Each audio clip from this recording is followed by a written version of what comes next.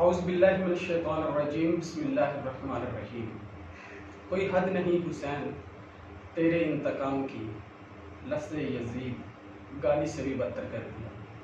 معزز ناظرین، محرم الحرام کے حوالے سے خصوصی پروگرام آپ کی خدمت میں پیش کیا جا رہا ہے۔ آج یوم عاشورہ کا دن ہے اور اس دن حضرت امام علی مقام حضرت حسین رضی اللہ تعالی عنہ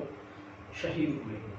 ہمارے ساتھ موجود ہیں پروفیسر علامہ غلام صابر جلالی صاحب۔ آج کے دن کے حوالے سے ہم چند سوالات ان سے کریں گے اور قرآن و حدیث کی روشنی میں ان سے جوابات جانیں گے۔ علامہ صاحب کیسے مزاج ہیں؟ الحمدللہ، شکر۔ علامہ صاحب سوالات کا باقاعدہ آغاز کرتے ہیں۔ سب سے پہلے یہ بتائیے گا کہ سارے رنگ تو اللہ تعالیٰ کے بنائے ہوئے ہیں، لیکن محرم الحرام کے اندر کالے رنگ کے کپڑے جو ہیں وہ مسلمانوں کے لیے کیوں منع ہے؟ اصل میں ویسے تو کسی بھی رنگ کا لباس جو ہے وہ پہنا جا سکتا ہے، لیکن جب سے اہل تشیع نے سیاہ رنگ کو ایک علامت کے طور پہ استعمال کرنا شروع کیا ہے، یعنی کہ جو روافض ہیں اور اہل تشیع ہیں انہوں نے سیاہ لباس کو ایک علامتی طور پہ پہننا شروع کیا، تو اس لیے جو اکابرین ہیں اور جو دین کے خادمین ہیں اور جنہوں نے دین اسلام پر پہرا دیا اور بدلتے ہوئے حالات کے ساتھ جو نئی خرافات یا نئی بدعات دین میں آنے لگیں تو قوم کو اس سے آگاہ کیا، تو وہاں پر سید عالم نور مجسم شفیع معظم صلی اللہ علیہ وآلہ وسلم کے اس فرمان کو سامنے رکھتے ہوئے کہ آقا کریم صلی اللہ علیہ وآلہ وسلم نے ارشاد فرمایا کہ جس قوم کے ساتھ تمہاری مشابہت اور جس قوم کے ساتھ تمہاری محبت ہوگی، کل قیامت کے دن تمہارا جو معاملہ ہے وہ اسی قوم کے ساتھ ہوگا۔ یعنی جو بندہ جس کسی گروہ کے اضافے کا سبب بنے گا تو اس کا حشر نشر بھی اسی گروہ کے ساتھ ہوگا۔ تو اب چونکہ اہل تشیع نے ایک علامتی طور پہ سیاہ لباس کو پہننا شروع کیا ہے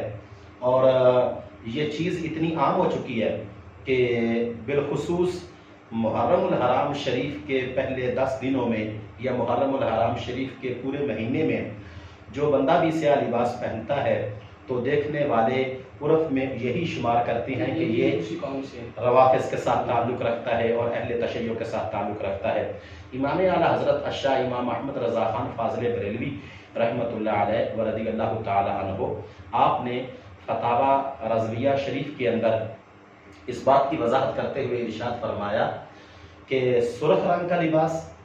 اور سیاہ رنگ کا لباس اور ایسا رنگ کہ جو یزیدی جو ہے وہ خوشی کے طور پہ استعمال کرتے تھے، تقریباً وہ یلو یعنی کہ جو پیلے کلر کا رنگ ہے اس سے منع فرمایا۔ تو آگے انہوں نے اس کی وجہ بیان کی کہ جو اہل تشیع ہے ان کے ساتھ مشابہت سے بچنے کے لیے سیاہ رنگ کا لباس جو ہے وہ استعمال نہ کیا جائے، کیونکہ روافض جو ہیں ان کے متعدد فرقے ہیں۔ کچھ تو وہ ہے کہ جو ضروریات دین کا ہی انکار کرتے ہیں، مثال کے طور پہ کہ کچھ روافض ایسے ہیں کہ ان کے اندر یہ قرآن مجید برہان رشید جس کی آج ہم تلاوت کر رہے ہیں، جس کے بارے میں رب ذوالجلال نے قرآن مجید میں ارشاد فرمایا کہ اِنَّا نَحْنُ نَزَّلْنَا الذِّكْرَ وَإِنَّا لَهُ لَحَافِظُونَ، کہ یہ ذکر ہمارا ہے اور اس کی حفاظت ہم کرنے والے ہیں۔ پارہ نمبر 14 کے شروع میں یہ آیت مبارکہ موجود ہے۔ تو روافض اس قرآن کا ہی انکار کرتے ہیں۔ اسی طرح روافض جو ہے وہ ختم نبوت پہ بھی حملہ آور ہوتے ہیں، جو کہ ایک ایمان کی کسوٹی ہے اور بنیادی عقائد میں سے ایک عقیدہ ہے۔ وہ کس طرح حملہ ایمان مکمل ہی جی اور وہ کس طرح حملہ آور ہوتے ہیں روافض کہ روافض جو ہے وہ تمام کے تمام اہل بیت اطہار کے ان کے نزدیک جو ائمہ کرام ہیں جو انہوں نے بنائے ہوئے ہیں ایک ترتیب کے ساتھ، جس کو وہ کہتے ہیں 12 امام، تو آگے وہ ان سب کو معصوم مانتے ہیں، یعنی مولا مشکل کشا کو وہ معصوم مانتے ہیں، اور سید طیبہ طاہرہ زاہدہ عابدہ بدعۃ الرسول حضرت سیدہ فاطمہ الزہرا حسنین کریمین کی امی جان خاتون جنت، کروڑوں عظمتوں کی مالک شہزادی رسول ہے، اور کائنات کی ساری خواتین کا تقوی اور زہد ان کے قدموں کے ناخنوں پر قربان ہے۔ لیکن اس کے باوجود وہ معصومہ نہیں ہے، کیونکہ معصوم صرف انبیاء ہے، اور یہ مسلمہ ایک عقیدہ ہے، اس پہ کسی قسم کا کوئی اختلاف نہیں۔ جبکہ روافض جو ہیں وہ ان کو معصومہ مان کے ختم نبوت پہ حملہ کرتے ہیں۔ وہ تو محفوظ ہیں۔ جی وہ محفوظ ہیں، جی اللہ تعالیٰ نے ان کو خطاؤں سے محفوظ کیا، اور دلیل وہ دیتی ہے آیہ تطہیر کی، جو پارہ نمبر 22 کے شروع میں ہے کہ یرید اللہ لیذہب عنکم الرجس اہل البیت ویطہرکم تطہیرا۔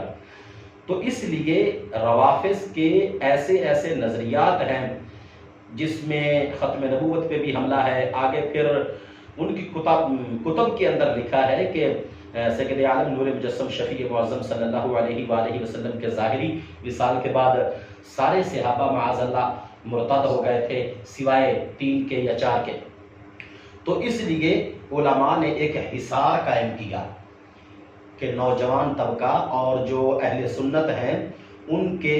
عقائد کی حفاظت کے لیے کہ ان کی کہیں مشابہت بھی جو ہے وہ روافض کے ساتھ نہ ہو،